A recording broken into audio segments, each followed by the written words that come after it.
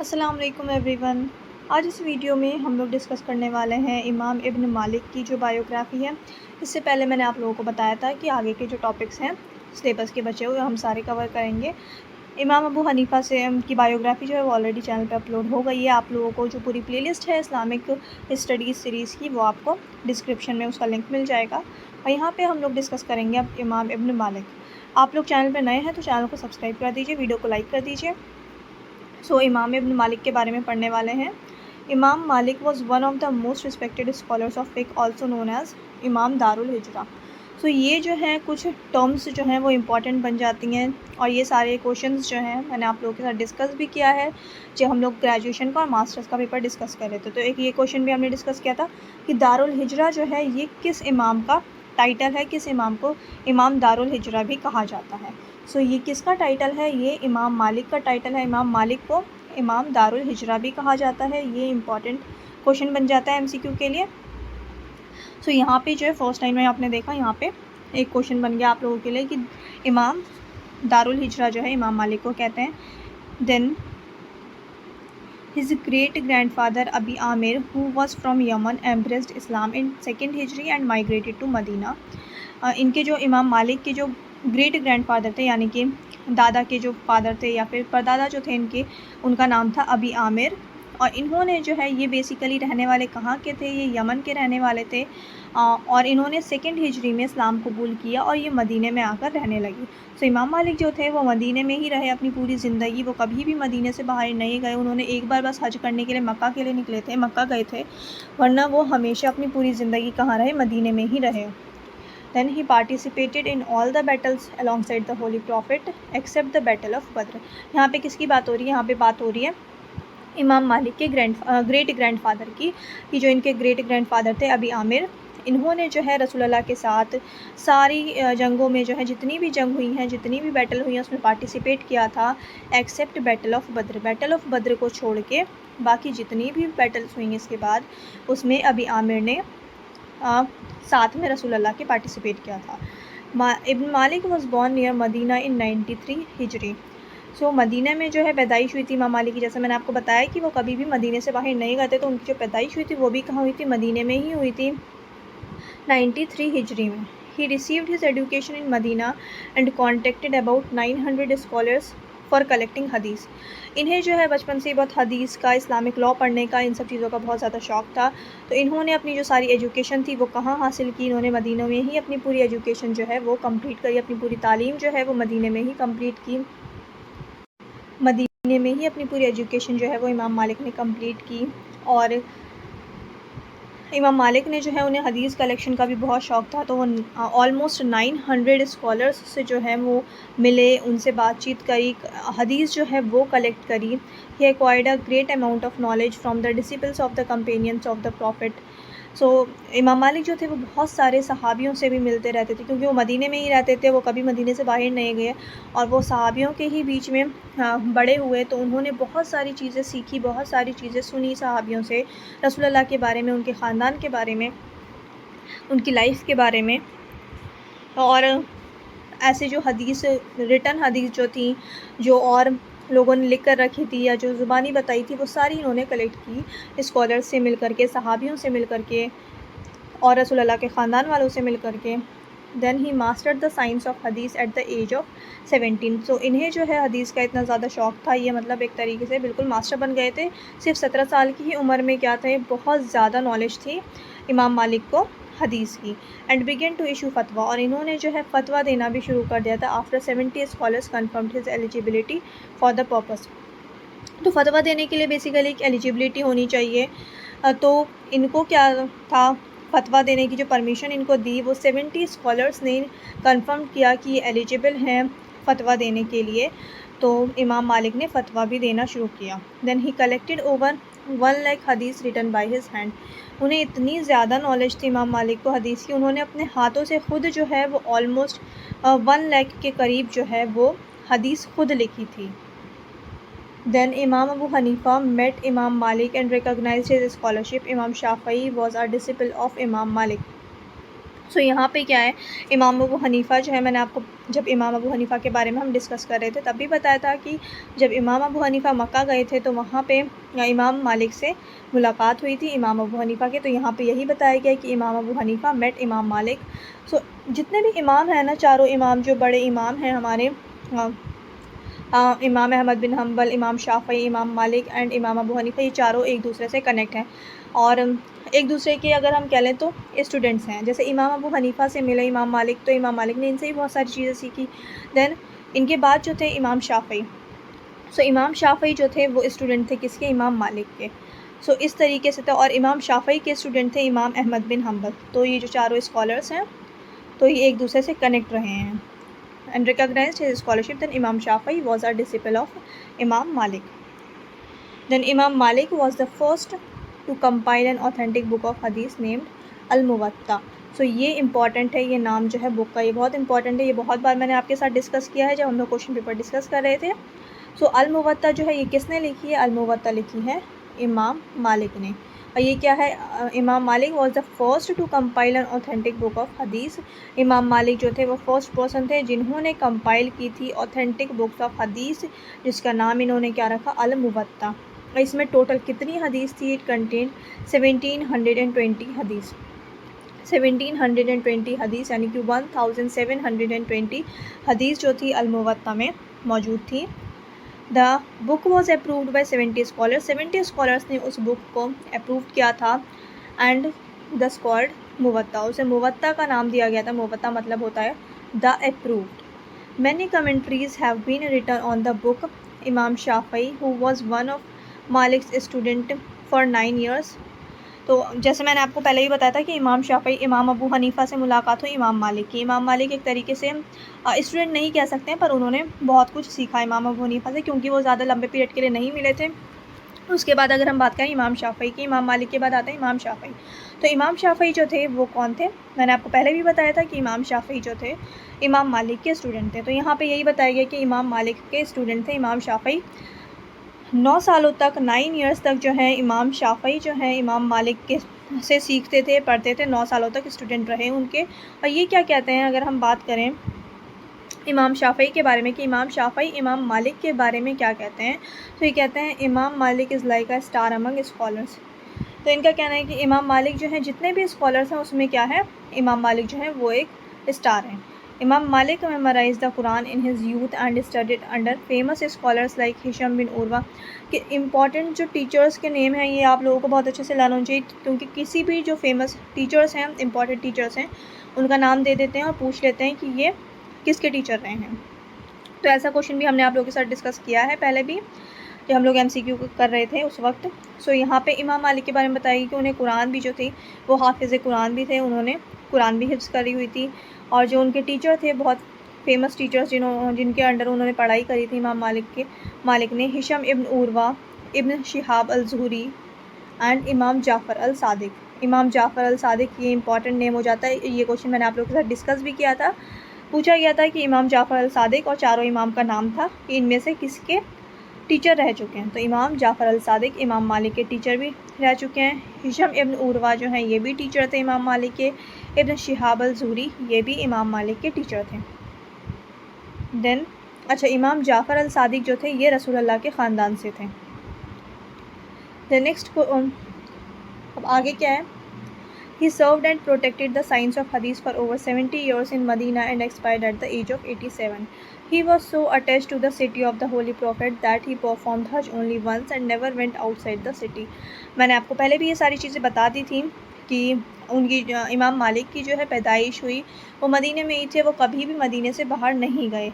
उनकी स्टडीज़ पूरी एजुकेशन वहीं हुई, उन्होंने एज ए स्कॉलर जो वहाँ पे रहे मदीने में ही रहे, कभी बाहर नहीं गए। सिर्फ एक बार हज करने के लिए मक्का गए थे। ये सारी चीज़ मैंने आपको पहले भी बताई थी, यहाँ पे यही सब चीज़ें लिखी हैं। His jurisprudence was later develop into the Maliki school of thought.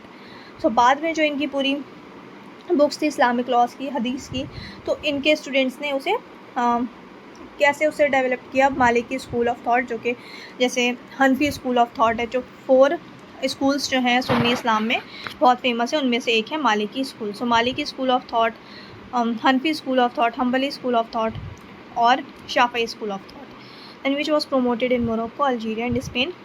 यहाँ पे बेसिकली जो मोरक्को, अल्जीरिया एंड स्पेन है, ये आपको लिखने की ज़रूरत नहीं है, क्योंकि अब क्या है, अगर हम देखेंगे तो ऑल ओवर द वर्ल्ड जो है वो हर मज़हब के, हर स्कूल ऑफ थॉट के लोग मिलेंगे। हनफी स्कूल ऑफ थॉट भी मिलेंगे आपको, हनफी मिलेंगे, मालिकी मिलेंगे, शाफ़ी मिलेंगे, हम्बली मिलेंगे, हर जगह मिल जाएंगे चारों ही मसलक के लोग। नेक्स्ट जो है, इमाम Malik compiled al-Muwatta in the course of 40 years. तो यहाँ पे ये इंपॉर्टेंट हो जाता है कि कितनी बार ये भी पूछ लेते हैं कि अल-मुवत्ता जो कंपाइल्ड की है इमाम मालिक ने, वो कितने सालों में कंप्लीट की गई थी, कितने साल लगे थे बेसिकली कंपाइल्ड करने में अल-मुवत्ता को। सो वो लगे थे 40 years. Then Imam Malik compiled Al-Muwatta in the course of 40 years, having started with 10,000 narrations until he reduced them to their present number. Imam Bukhari said that the most authentic chain of transmission of hadith is called Silsalat al-Zahabi, और जिसे हम golden chain कह लें, which has only 3 links: Malik from Nafi from Ibn Umar and then from the Holy Prophet. तो अगर आप ये सारी चीज़ें लिखना चाहें तो लिख सकते हैं, वरना अगर नहीं भी लिखना चाहें तो इतनी इंपॉर्टेंट इन्फॉर्मेशन नहीं है ये आपके यहाँ पर। ये आपको जहन में होना चाहिए कि किस स्कॉलर ने क्या कहा, जितने भी इमाम हैं उनके बारे में, या फिर जो इम्पॉर्टेंट सेइंग्स हैं, ये सब आप कोट कर देंगे तो इसके एक्स्ट्रा मार्क्स भी मिलते हैं। तो यहाँ पे बात हो रही है इमाम बुखारी की। तो इमाम बुखारी ने क्या कहा था इनके बारे में कि जो ऑथेंटिक चेन है बेसिकली, जो जैसे हम अल-मुवत्ता की बात करें, इमाम मालिक ने जो हदीस कलेक्शन की है तो वो डायरेक्ट क्या है, वो डायरेक्ट सहाबियों से कलेक्ट की है उन्होंने। ऐसा नहीं है कि वो तबे ताबीन या बहुत बाद के दौर के थे, नहीं, वो उसी दौर के थे। उनकी मुलाकात हुई काफ़ी सहाबियों से, और उनके जो परदादा थे वो ख़ुद एक सहाबी थे इमाम मालिक के। सो इन्होंने जो कलेक्शन की है तो बहुत ऑथेंटिक हदीस है। अल-मुवत्ता जो है बहुत ऑथेंटिक हदीस इसमें कलेक्ट करके रखी गई हैं। सो ये जो है बेसिकली एक क्या है, गोल्डन चेन है। ये हदीस का जो है, हदीस कलेक्शन का क्या कहा गया है, इसको गोल्डन चेन कहा गया है। किसने कहा, इमाम बुखारी ने। तो silsilat al-Dhahabi meaning golden chain which has only 3 links. So silsilat al-Dhahabi, जिसे गोल्डन चेन कहते हैं, गोल्डन चेन कह लीजिए, या फिर सिलसिलत अल-ज़हाबी, इसके सिर्फ 3 लिंक्स हैं कि इब्न मालिक ने इब्न मालिक फ्रॉम नाफ़ी फ्रॉम इब्न उमर। सो इब्न उमर कौन, उमर रज़ियल्लाहु ताला अन्हु, इन्होंने किसे बताई, मतलब जो इन्हें पता थी हदीसें जो रसूलुल्लाह ने बताई थी, जो उस दौर में बातें हुई या जो कुरान की टीचिंग्स थी, हदीस की टीचिंग्स थी, वो इब्न उमर से सीधे किसके पास आई, नाफ़ी के पास, और नाफ़ी के सीधे इमाम मालिक के पास। तो इमाम मालिक ने उसे अल-मुवत्ता में बेसिकली जो ऑथेंटिक हदीस की उसे कंपाइल कर दिया। ऐसा नहीं है कि बहुत बाद में कलेक्शन की गई हो, नहीं, उसी दौर का है बेसिकली। यहाँ पे जो कहने का क्या मतलब है कि उसी दौर में इमाम मालिक जो थे उसी दौर से ताल्लुक़ रखते थे। कोई ऐसा नहीं था कि बहुत दूर से ताल्लुक़ रखते थे, नहीं, इमाम मालिक जो थे सहाबियों के ही दौर से थे। बहुत सारी सहाबियों से मुलाकात हुई और उसके बाद ही इन्होंने क्या किया, जो हदीस में इन्होंने एक बहुत अच्छी पकड़ थी इनकी हदीस में, उसके बाद इन्होंने हदीस कलेक्शन एक पूरी कंपाइल्ड की, अल-मुवत्ता, जो इन्हें करने में 40 ईयर्स लगे थे, और बहुत ऑथेंटिक हदीस जो मानी जाती है। सो ये डायरेक्ट जो चेन है ये रसूलुल्लाह से जुड़ती है जाके, ये कहने का मतलब है। There are 80 narrations with this chain in this book. Imam Shafi'i regarded Al-Muwatta as the most authentic book on earth after the Holy Quran. अच्छा, इमाम शाफ़ई जो हैं वो क्या कहते हैं, इमाम शाफ़ई जो है उनका मानना है, उनका कहना है कि अल-मुवत्ता जो बुक है इमाम मालिक की, जिसमें ऑथेंटिक हदीस हैं, वो बेसिकली कुरान के बाद जो है सबसे ज़्यादा ऑथेंटिक बुक जो है अर्थ पे, वो क्या है, अल-मुवत्ता। Then Imam Malik was very strong in defending Sharia and did not care for the likings of the ruling class. जैसे कि इमाम अबू हनीफ़ा के बारे में हमने पढ़ा था कि उन्हें भी इम्प्रिजन कर दिया गया था क्योंकि वो रूलिंग क्लास को सपोर्ट नहीं कर रहे थे, बेसिकली गलत का साथ नहीं दे रहे थे। तो इसी तरीके से क्या थे, इमाम मालिक भी इसी तरीके से कभी किसी गलत का साथ नहीं देते थे, कभी रूलिंग क्लास को फेवर नहीं करते थे। So Medina governor during Abbasid caliphate arrested and flogged him publicly for issuing a fatwa against ruling caliph Mansur. So Abbasid period में क्या हुआ, मतलब इमाम मालिक जो थे वो अब्बासिड दौर में थे, जब अब्बासिड हुकूमत थी तो उस वक्त इमाम मालिक थे, और इमाम मालिक ने फतवा जो है दे दिया था किसके अगेंस्ट में, जो उस वक्त रूल कर रहे थे, जो खलीफा मंसूर। तो इनके ख़िलाफ़ जो है फतवा दे दिया था इमाम मालिक ने, तो इन्हें अरेस्ट किया गया था, इन्हें पब्लिकली फ्लॉग्ड किया गया था। देन पर क्या हुआ था, जब जो उसका खलीफा थे उन्हें जब पता चला इस चीज़ के बारे में कि इमाम मालिक ने उनके ख़िलाफ़ फतवा दिया था गलत और उसके लिए गवर्नर ने उन्हें सज़ा दी है, तो उन्होंने क्या किया, ही डिसमिस द गवर्नर, उन्होंने फ़ौरन उस गवर्नर को वहाँ से हटा दिया, डिसमिस कर दिया और इमाम मालिक से माफ़ी मांगी and apologized to Imam Malik. He also sent 3,000 dinars and invited Imam Malik to live in Baghdad, but he refused the offer, saying that he preferred to live in the city of the Holy Prophet. और उसके बाद माफ़ी मांगी इन्होंने। जो मंसूर जो खलीफा थे, अब्बासिड खलीफा, उस वक्त इनको जब पता चला कि मेरे ख़िलाफ़ इमाम मालिक ने फ़तवा दिया था और गवर्नर ने इन्हें सज़ा दी, तो उस गवर्नर को इन्होंने हटा दिया और ऊपर से माफ़ी भी मांगी जा कर के इमाम मालिक से। उसके बाद 3,000 दिनार्स जो हैं वो भी सेंड किए, वो भेजे, 3,000 दिनार्स भी भेजे इमाम मालिक के पास और इन्हें इनवाइट भी किया कि आप आकर के बगदाद में रहिए। पर इमाम मालिक ने उस चीज़ को रिफ्यूज़ कर दिया कि नहीं, मैं नहीं आके रहूँगा, मुझे जो नबी का शहर है उससे बहुत ज़्यादा मोहब्बत है। तो वो पूरी ज़िंदगी जो है मदीने में ही गुजारी इमाम मालिक ने। Imam Malik also issued a fatwa against the will of Caliph Harun Rashid, for which he was severely punished. और इमाम मालिक ने जो है जो खलीफा थे हारून रशीद, इनके ख़िलाफ़ भी फतवा दिया था और जिसके लिए इन्हें बहुत कड़ी सज़ा भी दी गई थी, पनिशमेंट भी दी गई थी। But once when the caliph came to Medina, he asked him to teach hadith to his princes, but Imam replied that the wealth of knowledge does not go to the doors of others. Then Harun Rashid was wise enough. He came with his princes to the gathering of Imam Malik and attended his lectures like others. So जब इन्होंने हारून रशीद के ख़िलाफ़ भी फतवा दिया तो उन्होंने भी क्या किया, बाद में माफ़ी मांगी और अपने प्रिंस को जो लेके, मतलब जो शहज़ादे थे, उन्हें भी लेकर के आए कि आप मेरे बच्चों को भी पढ़ा दीजिए हदीस।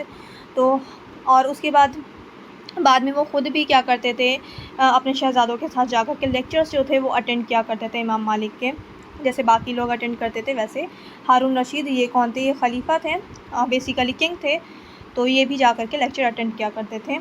हारून रशीद हैड सजेस्टेड दैट इमाम Malik's book अल-मुवत्ता should be put in the holy Kaaba and all Muslims be told to follow it in all matters of jurisprudence. हारून रशीद ने बेसिकली ये भी सजेस्ट किया था एक बार। हारून रशीद कौन थे, ये अब्बासिड खलीफा थे और इन्होंने क्या कहा था, जब ये खलीफा थे उसी वक्त की बात है कि हारून रशीद ने ये सजेस्ट किया था कि इमाम मालिक की जो बुक है अल-मुवत्ता, इसे काबा शरीफ के अंदर रखी जाए और जितने भी मुसलमान आए वहाँ उन्हें इस चीज़ को, अल-मुवत्ता को स्ट्रिक्टली फ़ॉलो करने के लिए कहा जाए। बट इमाम मालिक ने इस चीज़ को बिल्कुल रिफ्यूज़ कर दिया, मना कर दिया, ये कहते हुए कि saying refrain from this as the companions of the holy prophet themselves held opposing views on subsidiary issues. मतलब ये कि हम सारे मुसलमानों को नहीं कह सकते कि कोई भी इंसान एक ही चीज़ फ़ॉलो करे, क्योंकि जो सहाबा थे रसूल अल्लाह के वक्त पे, जो लोग थे सहाबा थे, तो कितनी बार सहाबाओं में आपस में इख्तिलाफ़ हो जाता था, मतलब लोगों की सोच नहीं मिलती थी, हर इंसान की सोच नहीं मिलती है। तो इनके कहने का ये मतलब था कि कोई भी, हर इंसान जो है, हर मुसलमान एक ही चीज़ पे एग्री नहीं कर सकता है। तो इस वजह से इन्होंने इस चीज़ को मना कर दिया कि नहीं, ये किसी पे भी ज़बरदस्ती करने वाली बात होगी कि अल-मुवत्ता को काबा शरीफ में ना रखा जाए और जिसको जो फॉलो करना है वो इंसान अपनी मर्ज़ी से फॉलो करें। Then Imam Malik fell ill and died on 14th of Rabiul Awwal 179 Hijri. Amir of Medina Abdul Aziz ibn Muhammad ibn Ibrahim led his funeral prayers. He was buried in Jannatul Baqi. Imam Malik जो हैं उनकी तबीयत ख़राब हो गई, बहुत बीमार हो गए। उसके बाद 14th of रबीउल अव्वल को 179 हिजरी, यहाँ पे ईयर जो है इंपॉर्टेंट हो जाता है, 179 हिजरी में इमाम मालिक का इंतकाल हो गया। और जो उस वक्त जो थे गवर्नर या फिर अमीर जिसको कह लीजिए मदीना के, Abdul Aziz ibn Muhammad ibn Ibrahim, इनका नाम आपको याद होना चाहिए। कितनी बार ये पूछ लेते हैं कि इमाम मालिक की जो फ्यूनरल प्रेयर थी, मतलब जनाजे की नमाज़ जो थी, वो किसने पढ़ाई थी। सो किसने पढ़ाई थी, उस वक्त जो गवर्नर थे मदीने के Abdul Aziz ibn Muhammad ibn Ibrahim, इन्होंने फ्यूनरल प्रेयर पढ़ाई थी इमाम मालिक की। He was buried in Jannatul Baqi. Imam मालिक को कहाँ दफनाया गया, इन्हें जन्नतुल बकी में दफनाया गया था। So I hope this video is clear, आप लोगों को अच्छे से समझ आ गया होगा। अगर आपको कुछ पूछना है तो आप लोग कमेंट सेक्शन में पूछ सकते हैं। चैनल पर नए हैं तो चैनल को सब्सक्राइब कर दें, वीडियो अच्छी लगी तो वीडियो को लाइक कर दें। मिलते हैं नेक्स्ट वीडियो में।